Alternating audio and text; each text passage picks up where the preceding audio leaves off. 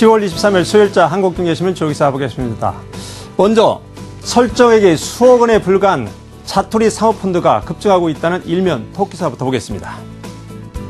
자, 땅꼬마 사모펀드 급증, 수익도 바닥길까 우려되고 있다. 자, 채산성이 악화되고 있는 증권, 은행들이 아주 소규모의 사모펀드를 잇따라 내놓고 있다. 그 수익률도 우려가 되고 있다. 이런 기사입니다. 기사 내용부터 보겠습니다. 설정액이 수억 원에 불과한 자투리 사모펀드가 급증하고 있다. 불황에 빠진 증권사, 은행 등 금융회사들이 일단 모으고 보자는 식으로 사모펀드 찍어내기에 나선 게 아니냐는 그런 분석이 나오고 있다. 자, 운용 전문가들이 설정액이 적은 경우에 낮은 보수, 관리 부실, 수익률 하락의 악순환 고리가 생길 수 있다는 우려도 나오고 있다. 그런 얘기입니다. 자, 사모펀드입니다. 사모펀드는 49명 이하의 그 소수의 투자자들에게 제한적으로 판매하는 투자 상품입니다. 공모펀드와는 달리 운영에 제한이 적기 때문에 채권이나 부동산, 원재 등에 비교적 자유롭게 투자를 할 수 있습니다. 표를 보실까요? 표를 보시면 급증하는 소규모 사모펀드입니다. 자, 설정액이 10억 원 미만 펀드인데 이 숫자를 보면 2011년 1,600개 정도에서 9월 현재 2,500개 정도로 숫자가 급증하는 것을 볼 수 있습니다. 관련 기사를 더 보시겠습니다. 자, 불황늪에 빠진 금융사들 규제 피해 사모펀드만 쏟아내고 있다고 그랬습니다. 설정액이 10억 원을 밑돌면 운영력에 인건비도 못 건지다. 그러니까 운영비도 못 건질 정도니까 아무래도 관리가 소홀해지고 상대적으로 수익률이 낮아질 수 있다. 이런 불안감이 있는 겁니다. 표를 보시면은요. 자, 사모펀드의 특징은 아까 설명드린 것처럼 최대 49인 이하고요. 최소 이제 수천만 원대를 넣어야 가입이 가능하고요. 투자 대상이나 비율엔 비교적 규제가 없습니다. 정기 운영보고서 발행도 면제가 되고, 근데 일정 기간 환매 제한량이 많기 때문에 중도에 해지하면 또 손해가 커질 수도 있습니다. 자, 급증세인 해외 투자형 사모펀드 설정액을 보면은요, 이 빨간색은 이제 국내형이고 이 회색은 해외형인데 특히 해외형의 사모펀드 설정액이 크게 늘어나는 걸 볼 수 있습니다. 2010년에 10조 원 정도 했는데요. 올해 9월만 기준으로 21조 정도니까 특히 이제 해외 투자형 사모펀드가 크게 늘어나는 것을 볼 수 있습니다. 다음 기사 보시겠습니다. 자, 35일간의 북극항해 한국 세계 해양물류 새로운 거점으로 부상할 수 있다 하는 얘기입니다. 자, 현대 글로비스가 국적 선사로는 처음으로 북극 항로 항해에 성공했다는 기사입니다. 기사 내용을 살펴보겠습니다. 한국 국전선 최초로 북극 항로 운행에 나섰던 스테나 폴라리스가 20일 새벽 광항에 들어왔다. 지난달 17일 러시아 우스트루카 항에서 나프타 4만 4천 싣고 떠난 지 35일 만이다. 이번 항해의 성공은 빙하가 녹으면서 개발이 과시가 되고 있는 북극권 개발에 대한 한국의 의지와 역량을 대내외 알렸다는 점에서 큰 의의가 있다는 평가다 그랬습니다. 자, 그동안 이제 얼음이 녹기 시작하면서 이 북극권, 이 새로운 그 항로로 이렇게 떠오르고 있는데 이번에 현대 글로비스가 국적 선사로는 처음으로 항해에 성공을 했다는 얘기입니다. 시범 운항인데요. 이 항로를 보면은 러시아 우스트루카 항을 출발해서 덴마크 키르키레스 항을 거쳐서 베링해협을 통과해서 다시 광해항으로 도착을 했는데 이게 35일이 걸렸습니다.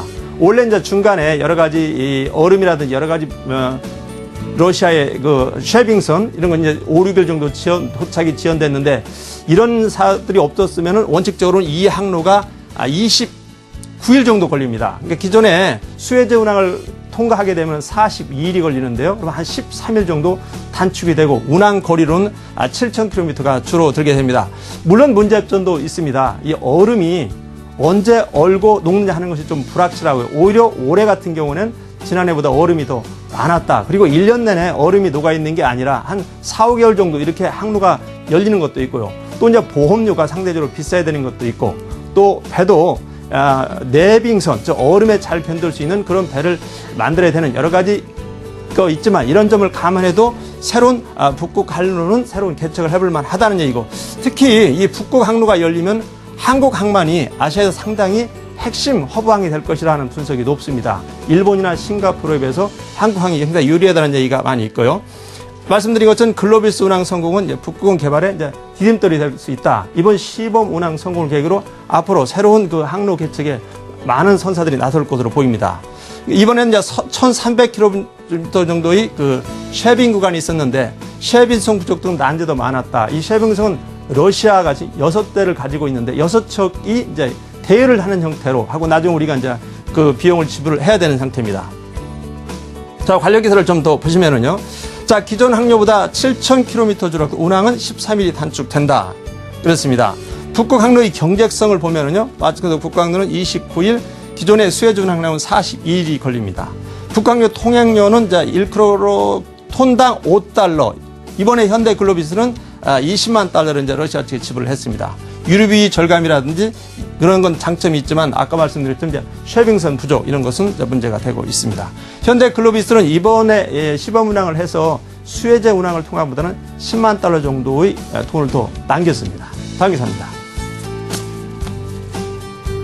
자, 엔저에도 일본 3분기 성장률 1%대 급락. 자, 일본의 아베노믹스 엔저로 수출이 1분기, 2분기 괜찮았습니다. 3분기에는 다시 수치가 크게 낮아질 거라는 기사인데 기사 내용을 살펴보겠습니다. 올 들어 4% 안팎을 오르내리던 일본의 분기별 경제 성장률, 즉 3분기 들어 1%로 급락했을 가능성이 높다는 분석이 제기됐다. 엔화와 가치 하락에도 불구하고 수출 기업들의 실적이 기대만큼 개선되지 않은 것이 성장률 하락의 주요 배경이다 그랬습니다. 자, 이번 민간 연구소는 다이치 경제연구소가 분석을 했는데 실질 국내 총생산 기준으로 3분기에 GDP가 연율 1.6%에 그칠 것이다 했습니다. 1분기에는 4.1%, 2분기에는 3.8%였는데 이 수치가 3분기에는 꽤 떨어질 것이다 이런 얘기입니다. 수출, 특히 일본의 최대 수출 시장인 아시아로의 수출이 상당히 줄어드는 것이 이제 부진 여파가 있고요. 저 표를 한번 보시겠습니다. 표를 보시면은 보시는 것처럼 1분기 4.1%, 2분기 3.8%였습니다. 그래서 3분기에 많이 떨어졌습니다. 1.6%. 아직 이제 25일에 이제 나오는 이건 전망치고요. 아마 비쌀 것으로 보입니다. 내수는 상대적으로 견조합니다. 특히 내년에 일본이 4월 달에 소비세를 5%에서 8%로 높이기 때문에 소비세 인생이 앞선 가수요가 생기면서 내수는 견고한데 수출은 여전히 부진하다. 특히 이제 엔화 약세로 인한 연료 수입 비용은 부담이 되는데 수출이 부진하기 때문에 일본의 무역 적자는 15개월째 이어지고 있습니다. 이게 최장 기록입니다. 다음 기사 보시겠습니다. 펀드 환매 누가 끝이라 했나? 펀드 환매 끝이 나지 않고 계속 이어지면서 코스피 지수 박스권의 상단을 통과하는데 좀 부담이 되고 있다 하는 얘기입니다. 기사 내용을 살펴보겠습니다. 증시가 펀드 환매란 득권벽을 절감하고 있다. 외국인이 38년 연속 12조 8천억 넘게 한국 주식을 샀지만 차익 실현을 위한 펀드 환매 수요가 몰리면서 국내 주식형 펀드에서는 33일 거래일 연속 5조 원 가까운 자금이 빠졌다 그랬습니다. 자, 제목들을 먼저 보시면은요. 외국인 순매수 말던 것처럼 38일 신기록하면서 12조 8천억 많이 사 모았습니다. 하지만 운용사 펀드 환매로 계속 지속적인 지수 추가 상승에 압박을 받고 있다고 그랬습니다. 주식형에서는 33일간 5조 원이 유출됐고 특히 2,500에서 2,010선에 대기하고 있는 물량만도 한 6조 3천억 정도 되니까 이 치열한 공방전 과연 외국인이 이기느냐, 기관이 하느냐, 뭐 이런 신교류가 계속되다가 증시에 좀 힘만 빠지지 않을까 이런 분석도 나온다는 얘기입니다. 표를 보실까요? 자, 표를 보시면은 국내 주식형 펀드 자금 유출입니다. 그러니까 6월에 상당히 펀드 자금에 유입이 됐고요. 7월에도 이제 유입액이 줄어들다가 8월, 9월, 10월에는 유출이 많이 되는 걸 볼 수 있습니다. 특히 이제 10월은 이게 18일까지 지켜기 때문에 10월 전체적으로는 이 추세라면 3조 원은 넘어갈 것으로 보입니다. 요즘 가을 하늘 참 맑고 곱습니다. 하루에 2번 하늘만 쳐다보셔서 일상으로 지친 심신에 새로운 청량제가 되지 않을까 하는 생각도 듭니다. 오늘 한국경제신문이었습니다.